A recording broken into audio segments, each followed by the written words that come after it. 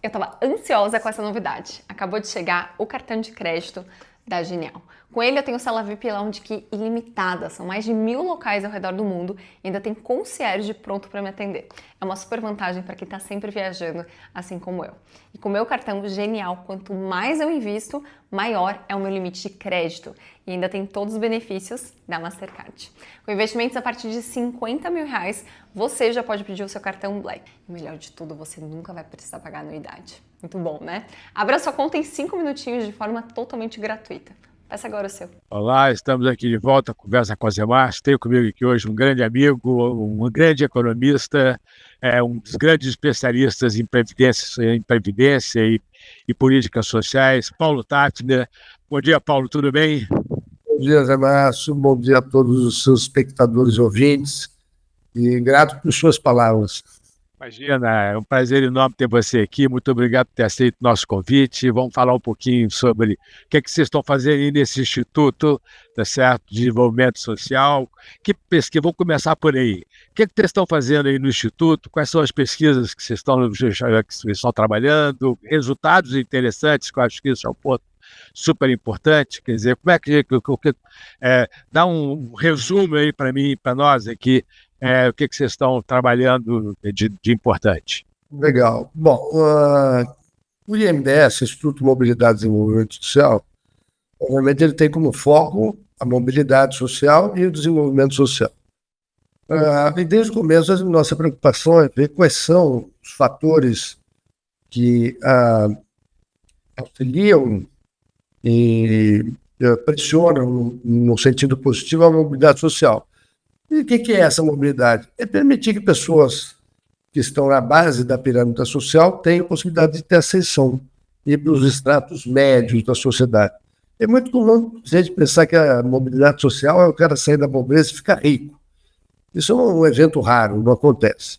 E o que é importante é você ter possibilidade de pessoas que nasceram em famílias pobres melhorarem de vida ao longo do tempo da sua permanência aqui na Terra. E, nessa medida, os principais vetores, obviamente, o mais importante vetor é a educação. E aí começa o nosso dilema. A educação no Brasil é péssima. E quando a gente fala em educação no Brasil é péssima, a gente está falando do setor público. Porque, Márcio, deixa eu te falar, nos anos iniciais, desde a creche até o Fundamental 2, 90% das matrículas dos alunos é do setor público. Eles estão no setor público.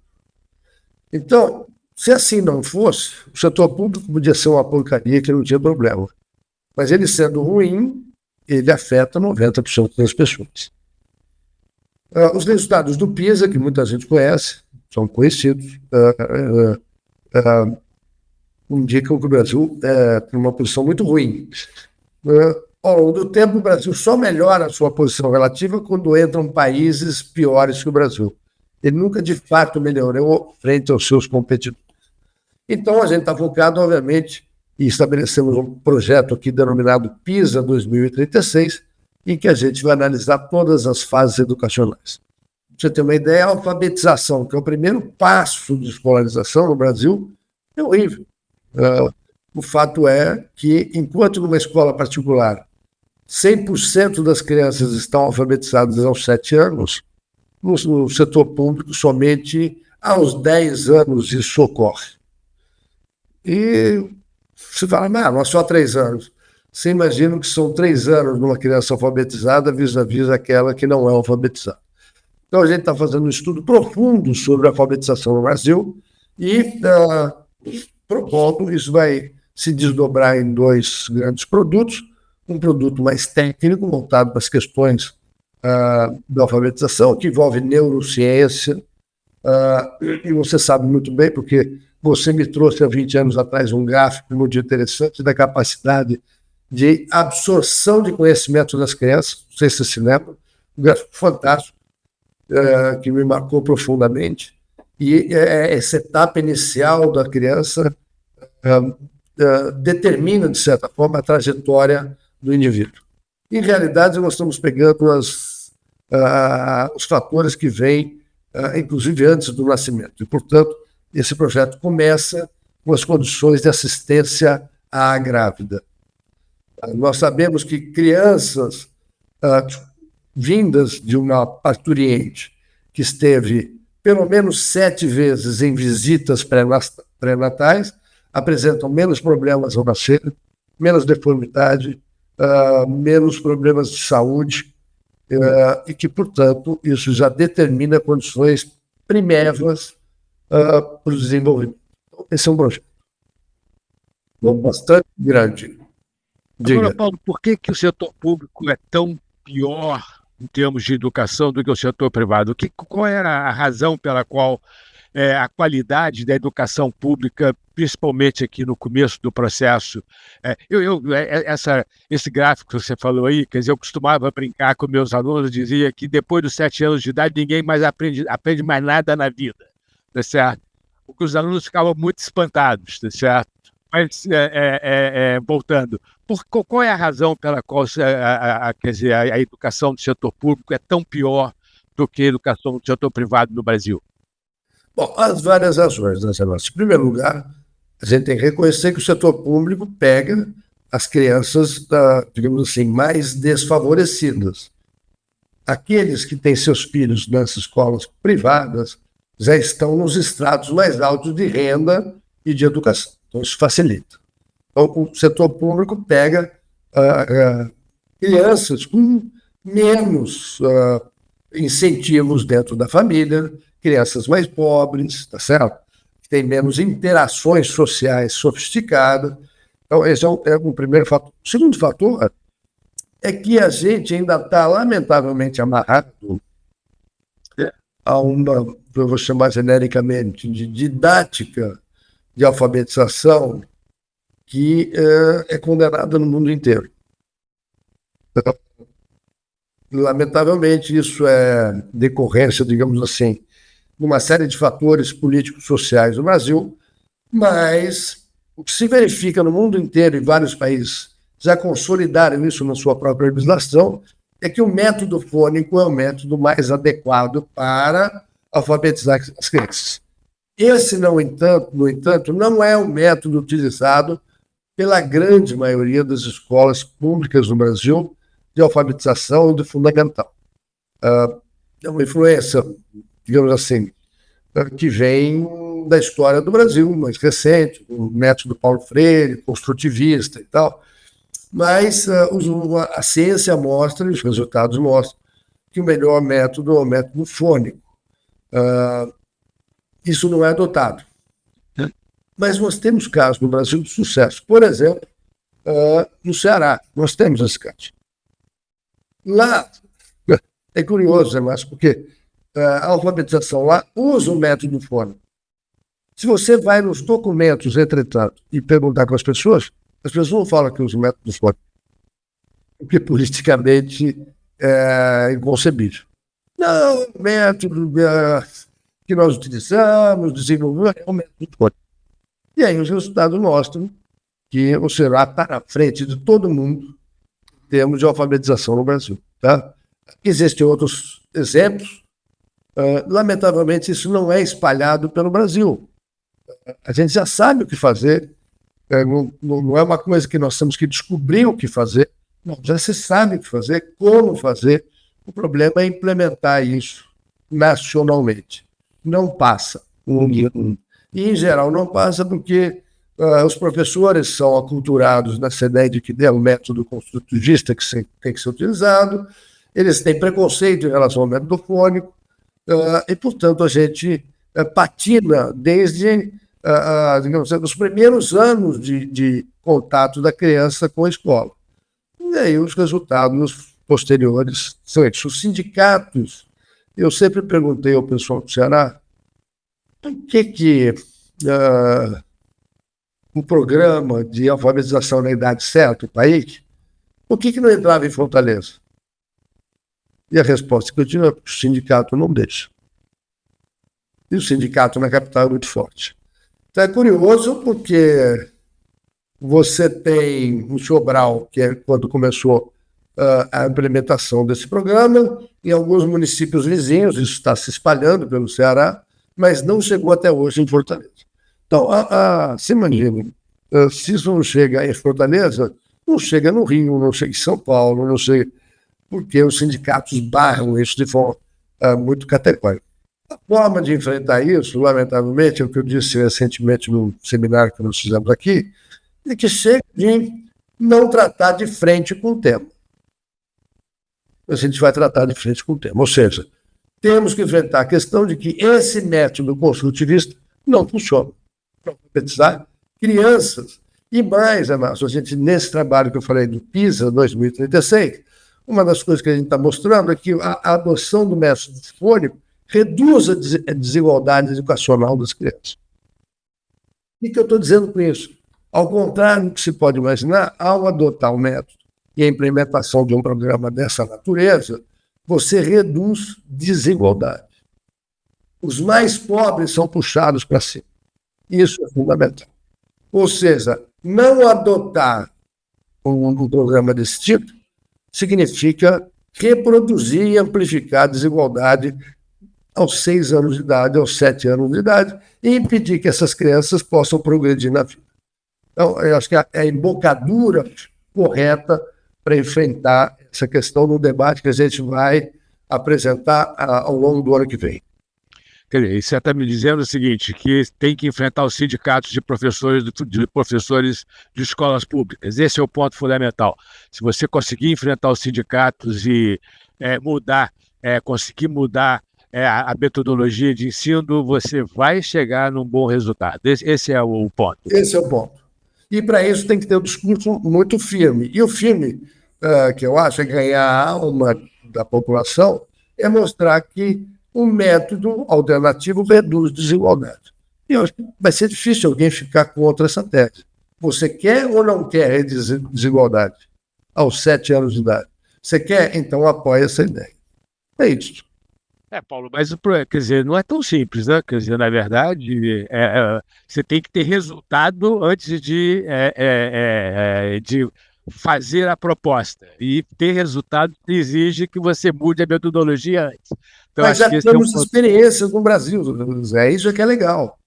Nós estamos pegando dados do Ceará. E aí mostra que reduziu a desigualdade entre as crianças.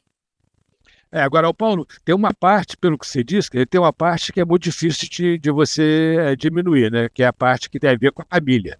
E isso é um ponto interessante, né? Que é uma coisa que a gente fala, que eu acho que é super interessante. Quer dizer, uma parte da desigualdade tem a ver com loteria. No fundo, é isso. Onde é que você nasceu? Tá certo? Isso é pura loteria. Você não tem muito o que fazer no que se refere a esse processo, né? Quer dizer, você concorda com isso? Concordo. Em realidade, a gente tem no MDS um negócio muito interessante, que eu ofereço a você e todos os seus espectadores e ouvintes. Nós criamos um produto chamado Plataforma de Políticas de Mobilidade Social. A gente já catalogou quase 400 e vamos chegar a 1.000, esse é o projeto, de experiências no Brasil e no mundo que atuam sobre certas questões de mobilidade social. Um deles, quer dizer, alguns deles tratam exatamente disso que você mencionou. Como é que você acopla a um método de ensino outros programas de suporte à família, tá certo? Para minorar os efeitos dessa loteria. Então tem que ser um programa integrado. Você tem que focalizar nos mais pobres e criar mecanismos de apoio a essa família e esses elementos que são da loteria sejam minorados em relação àquela criança que está sendo alfabetizada. Você consegue me dar um exemplo de tipo de programa que faz esse tipo de compensação? Tem vários programas, eu vou te citar alguns. Um deles é o seguinte, você dá apoio, especialmente à mãe, no sentido da interação dela com o filho. Há outros programas que é de suporte de renda e de educação alimentar dentro da família.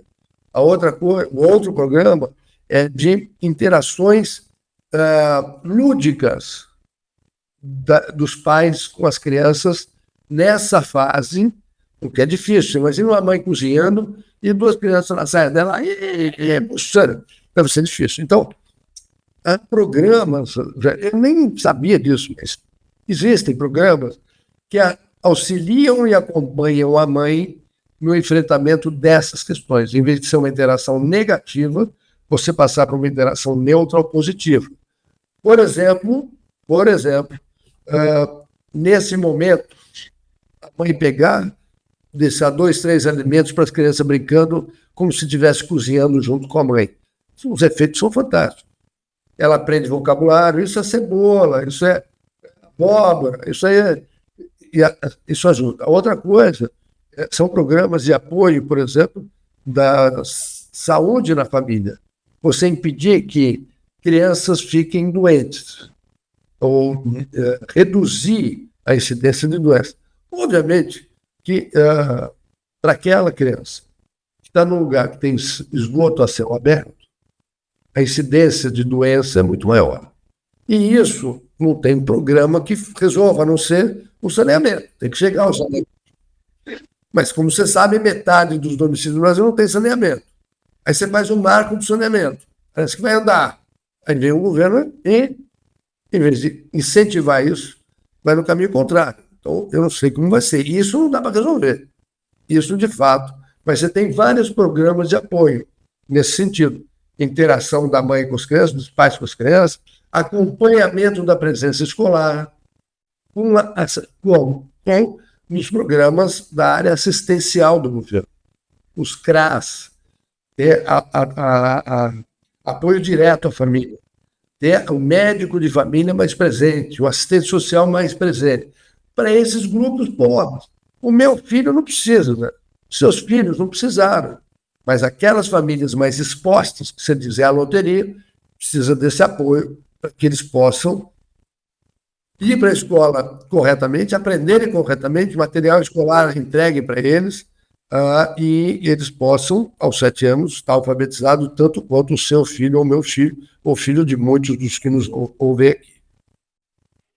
Isso mostra a dificuldade, quer dizer, como a questão de desigualdade é um problema estrutural, que é uma questão estrutural de qualquer sociedade, né? Eu acho que esse é um ponto importante, porque você está sempre aí escutando do governo, vamos diminuir a desigualdade com políticas que não tem nada a ver com mudanças concretas na vida das pessoas, né? Quer dizer, então eu acho que vou mudar um pouco de assunto aqui, mas não é bem uma mudança. Eu sei que você é um dos maiores especialistas em previdência social. O Brasil fez uma reforma de previdência em 2019 bastante importante, tá certo? E está desfazendo essa reforma ao longo do tempo. Como é que você está vendo isso? Eu sei que você está trabalhando disso novamente. Outro dia eu ouvi você dizendo que vamos precisar de uma nova reforma, apesar da reforma de 2019 ter sido tão importante, tá certo? Da qual você participou e tal. Então, como é que você está vendo esse processo, Paulo? Fala um pouquinho para a gente sobre isso. Mas deixa eu te falar. A reforma de 2019 foi a melhor reforma previdenciária já feita no país, de longe, de longe.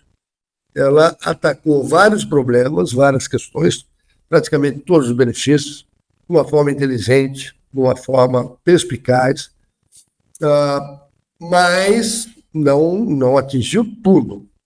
Algumas coisas não foram adiante porque o Congresso entendeu que não devia, poder soberano. Algumas coisas não foram adiante por falta de, digamos assim, sensibilidade política dos agentes, quando havia possibilidade. Esse aí é o ponto que eu vou explicar. E, além do mais, é o seguinte, eu já digo isso há pelo menos uns 10 anos. A demografia conspira contra o sistema de repartição no Brasil e no mundo. Esse é o fato. E conspira. Um sistema de repartição, conhecido como PS ou GOL, você sabe muito bem, é a população em idade ativa, sustenta o sistema, e o melhor do mundo é quando você tem uma demografia que é bem piramidal. Muita gente na base, muita gente no meio e pouquinho lá na ponta, os mais velhos. Só que a demografia no Brasil e no mundo está fazendo com que aquela pirâmide vire uma camiseta. Então, a relação entre ativos, pessoas que geram recursos para o sistema de previdência, para financiar os idosos, os aposentados, esta relação está se exaurindo. Está se exaurindo. Você tem uma relação que nós estamos caminhando para 1,5 ativo para financiar cada aposentado. Então, você imagina qual é a alíquota que seria necessária para fazer isso. É impossível. Então, nós temos que pensar em outra mudança, e aí seria uma mudança estrutural. Estava previsto para 2019. Qual é o problema disso, nesse caso específico? Nós tínhamos uma divergência de opinião muito grande entre o ministro Paulo Guedes e eu próprio, e o Congresso. Eu argumentava que não é possível criar um sistema de capitalização no Brasil, não nesse momento, prescindindo da contribuição patronal. A gente precisa da contribuição patronal para um sistema de capitalização, senão ele não para em pé. A gente tem que fazer a troca do pneu com o carro andando, entendeu? Está lá o sistema andando. Então, mas houve um entendimento de que, de um lado, não deveria ter nenhuma contribuição patronal, do outro lado, o entendimento que era absolutamente crucial a contribuição patronal, e acabou que a capitalização ficou de fora. Nós havíamos proposto um modelo de capitalização que seria paulatinamente implementado no Brasil, um processo de 30 anos. Mas o problema que estaria resolvido, estruturalmente resolvido. Mas não foi adiante. Além disso, ficou de fora da reforma a questão dos rurais. Não foi mexido em nada dos rurais, o que não é mais aceitável. Ainda há problemas em relação à idade, ainda há problemas em relação à diferença homem e mulher, ainda há, digamos, certas categorias que têm tratamento diferenciado, e isso vai ter que ser enfrentado numa próxima reforma. Para piorar esse quadro, lamentavelmente, o nosso Supremo Tribunal Federal tem dado decisões que desconstroem parte do que foi feito. E outro dia deu uma declaração muito, enfim, assodada, mas até que me rendeu um puxão de orelha, mas o fato todo é que eu falei que a demografia envelhece a Previdência e o STF empobrece. Então, porque uma coisa é envelhecer, outra coisa é apodrecer. Então, lamentavelmente, as decisões do STF têm ido no caminho que é pior, de restaurar privilégio, entendeu? Aí é difícil, fica difícil. E com um custo fiscal grande. É um custo fiscal que vai chegar a 200 bilhões de reais em 10 anos. É muito caro. Então, nós já estamos numa situação de déficit estrutural da Previdência que é absolutamente insustentável. Então, nós vamos ter que enfrentar uma nova reforma. Só que essa nova reforma tem que ser feita tratando dessas questões que ficaram de fora de 2019, corrigindo eventuais problemas que o STF venha a reintroduzir no sistema, vai ter que corrigir de novo, o que já foi corrigido, e mudando estruturalmente. A gente vai ter que encaminhar para um sistema de capitalização. Vocês sabem muito bem, os seus espectadores também, que o problema da capitalização, quando você começa, não tem problema. Tanto faz o sistema. Mas quando você já tem um sistema de repartição, você passar para a capitalização, você gera o que se chama custo de transição. Rigorosamente falando, quando você passa da repartição para a capitalização, você explicita o déficit. O déficit fica explícito. Está financiando, está ok. Quando você passa para a capitalização, você... É como se fosse uma troca de portfólio de ativos. Você tem uma dívida consolidada, dívida atuarial, que não é apresentada para ninguém, em geral. A gente sabe que a dívida implícita do sistema de previdência no Brasil é de mais ou menos 2 PIBs. É isso que é a dívida do RGPS, para os regimes próprios. É 2 PIBs. traz a valor presente o que você tem que pagar e o que você tem que receber, o diferencial disso ao longo do tempo é mais ou menos 2 PIBs. Então, você tem que trazer a capitalização, mas você tem os compromissos do regime de capitalização, de repartição que estão em vigor. Então, normalmente, o que se faz quando você passa para isso, para o sistema de capitalização, é você definir uma coorte a partir da qual começa a capitalização.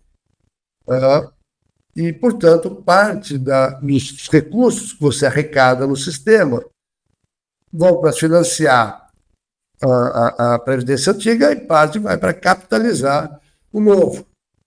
Essa diferença gera uma insuficiência de caixa que é grande ao longo do tempo. Então, você tem que criar um mecanismo que suaviza isso. Nós apresentamos essa proposta, é possível, mas, obviamente, que depende de a gente convencer os parlamentares. Você sabe muito bem que você participou disso. Temos que ir lá, bem, com bons argumentos. Eu tenho a impressão que os parlamentares aceitam isso bem. Mas tem que ter bons argumentos, boa capacidade de negociação política e, obviamente, a liderança do presidente.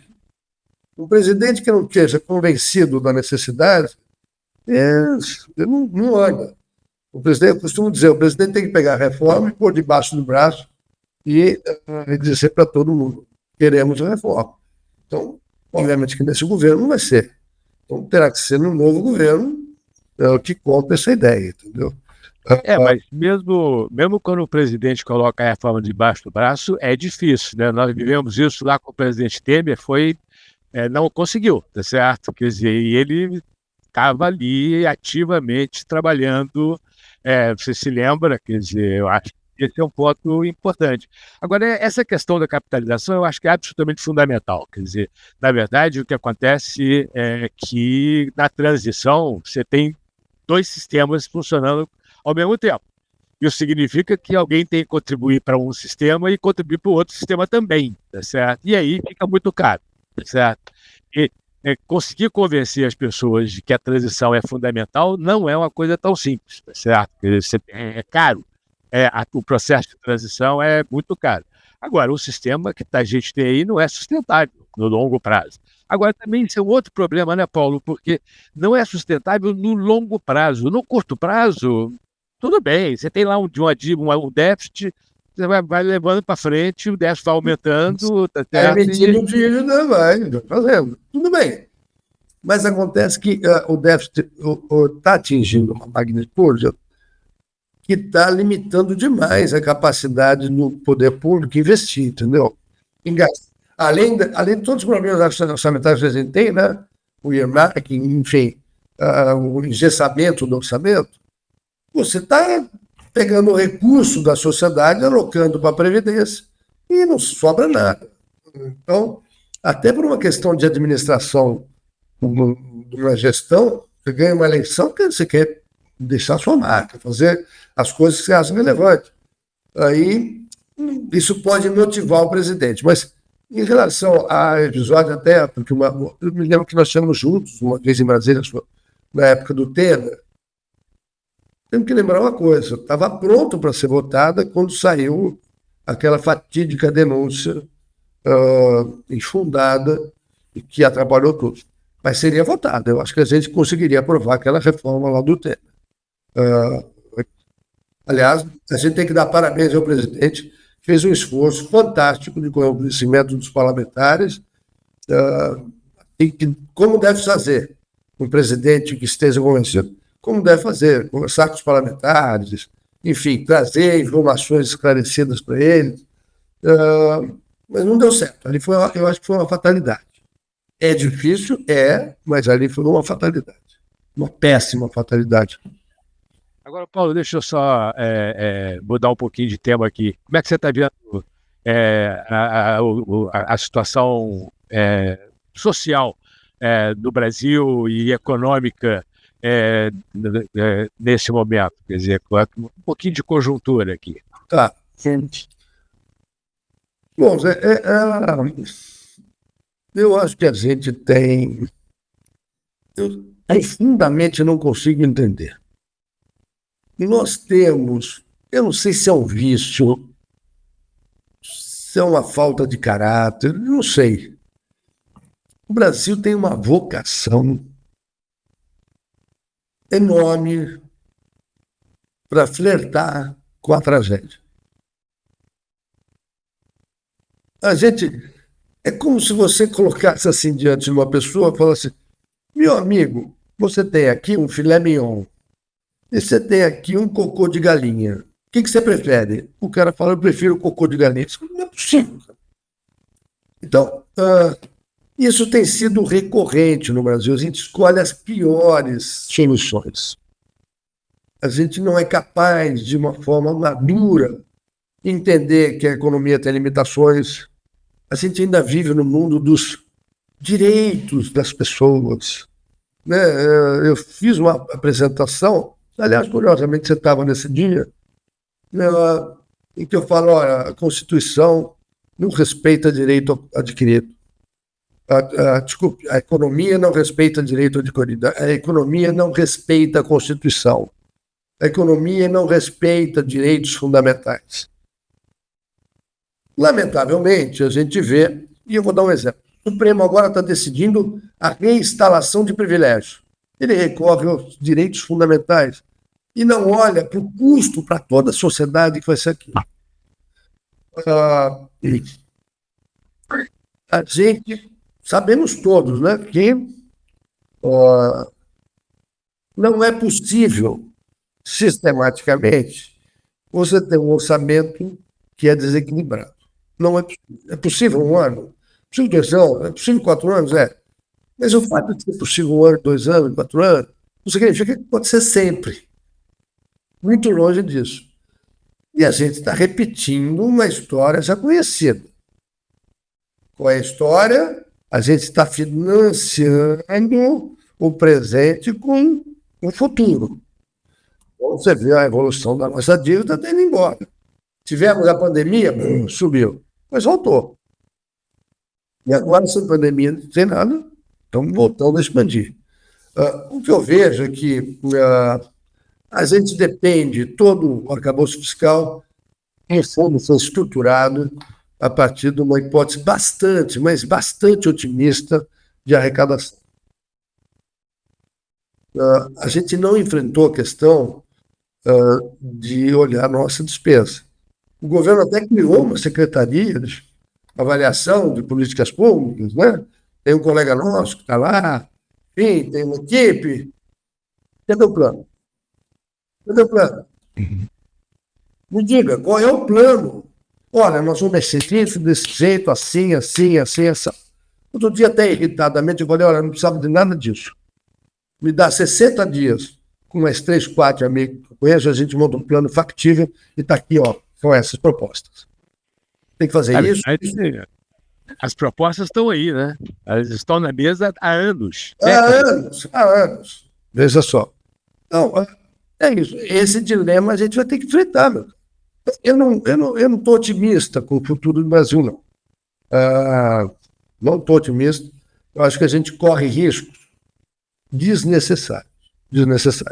Para piorar a situação, no cenário internacional, tem aumentado o risco. E nesse particular, eu vejo assim, a situação geopolítica, seja na questão da Rússia-Ucrânia, seja a questão do Oriente Médio, particularmente nesse segundo agora, um risco crescente de criar um problema grande para o mundo inteiro. Nesse particular, aliás, eu pessoalmente entendo que o Brasil tem se alinhado a uma posição equivocada. Mas, minha opinião. De modo que não estamos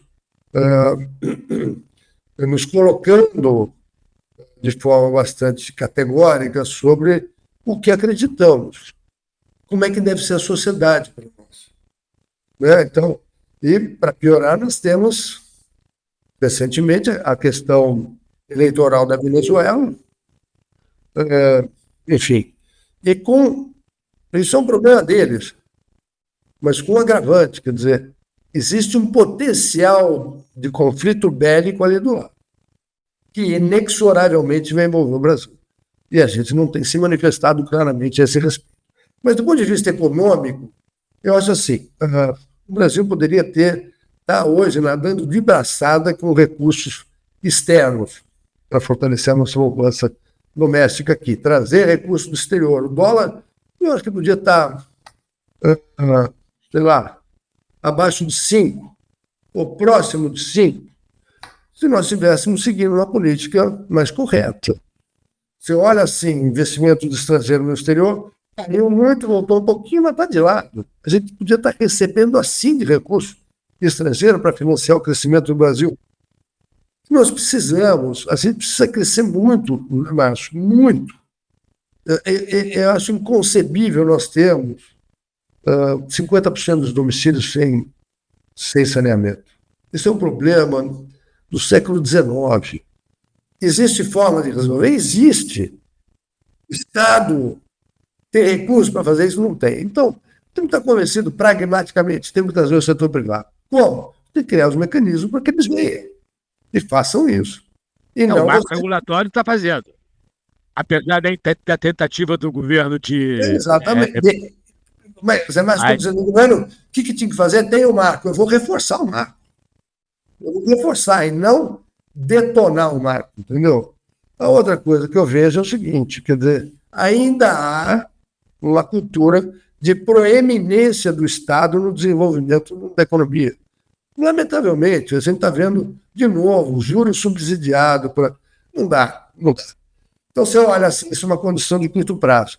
Combina com essa condição de longo prazo, que é o seguinte, a mão de obra brasileira é muito mal preparada, o que explica que, apesar do número de anos de estudo no Brasil ter crescido, a produtividade não cresce.